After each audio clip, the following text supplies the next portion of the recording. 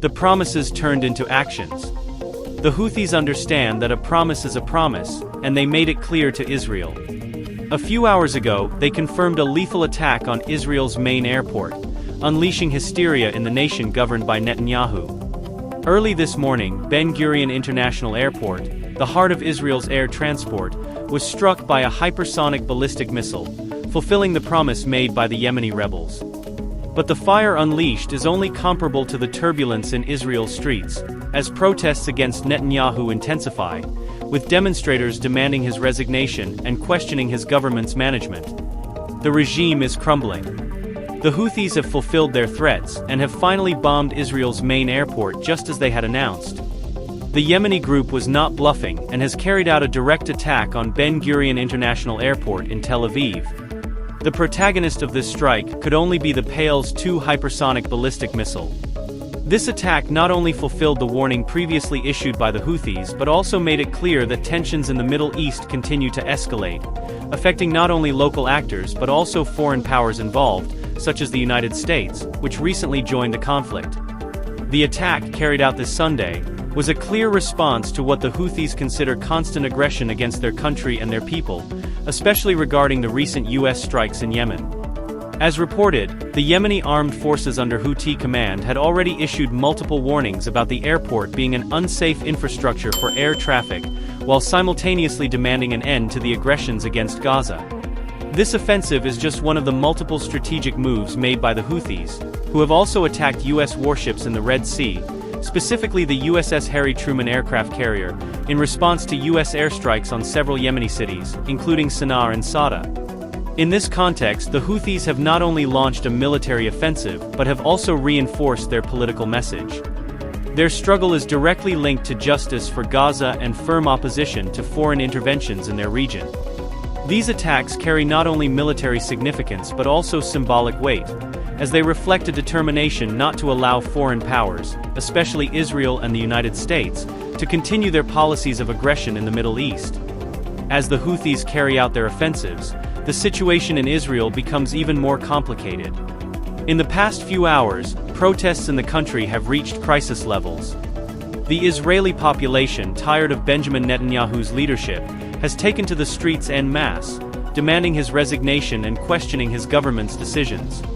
The dismissal of the head of the Internal Espionage Agency, Ronan Bar, along with criticism of the failed Operation Al-Aqsa Storm executed by Hamas on October 7, 2023, has created a breeding ground for internal political tension, which worsens with each passing day. The protests have not been limited to marches. Demonstrators have clashed with Israeli police at Netanyahu's residence in Jerusalem, an act that symbolizes the growing rejection of the Prime Minister and his cabinet. Opposition leader Yair Lapid has pointed out that Netanyahu's government is leading Israel to the brink of civil war. The protests have been fueled by the perception that Netanyahu is steering the country toward disaster, diverting resources to war while the Israeli people face a growing economic and social crisis. Lapid accused Netanyahu of robbing the Israeli people while sending troops to risk their lives in Gaza, all while the political elite's interests remain intact. This internal chaos in Israel is, in a sense, parallel to the international situation. While Netanyahu's government faces a growing legitimacy crisis, the Houthis have demonstrated that their determination in the conflict is not just an act of resistance against foreign aggression, but also a clear declaration that they will not allow international actors to impose their will on Yemen or the Middle East in general.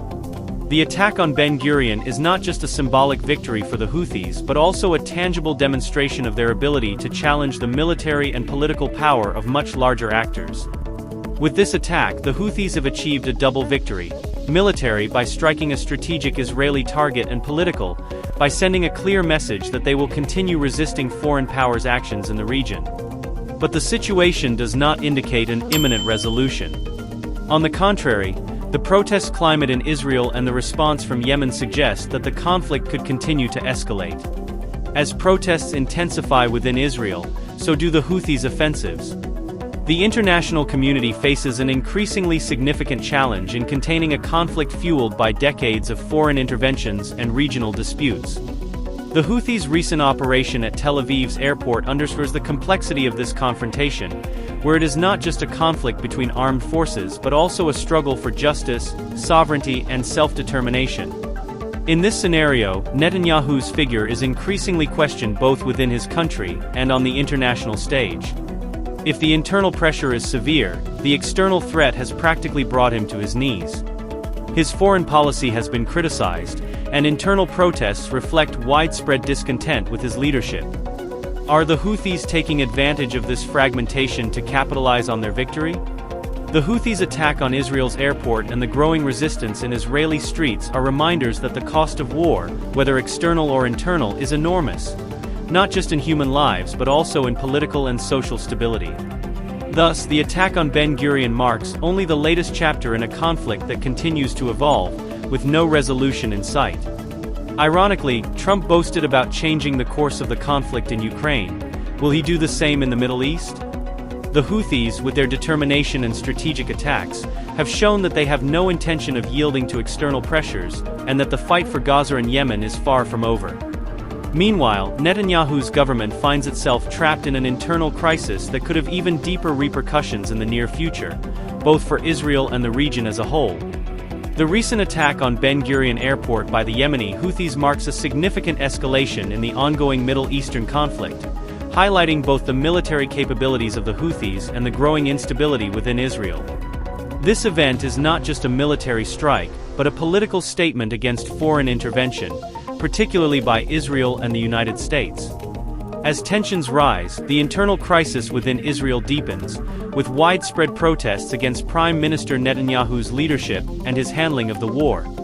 The increasing dissatisfaction among Israeli citizens, coupled with external attacks, places the country at a crossroads, facing both internal and external threats that could reshape its future. The broader geopolitical landscape is also shifting, with regional actors leveraging the current instability to assert their influence. This attack is a clear message that the Houthis and their allies will not back down, and the conflict is far from over. The world watches as events unfold, wondering how Israel will respond and whether international diplomacy can prevent further escalation. The consequences of this war extend beyond the battlefield, affecting global politics and security. If you want to stay informed about this rapidly evolving situation, subscribe to our channel and turn on notifications so you never miss an update.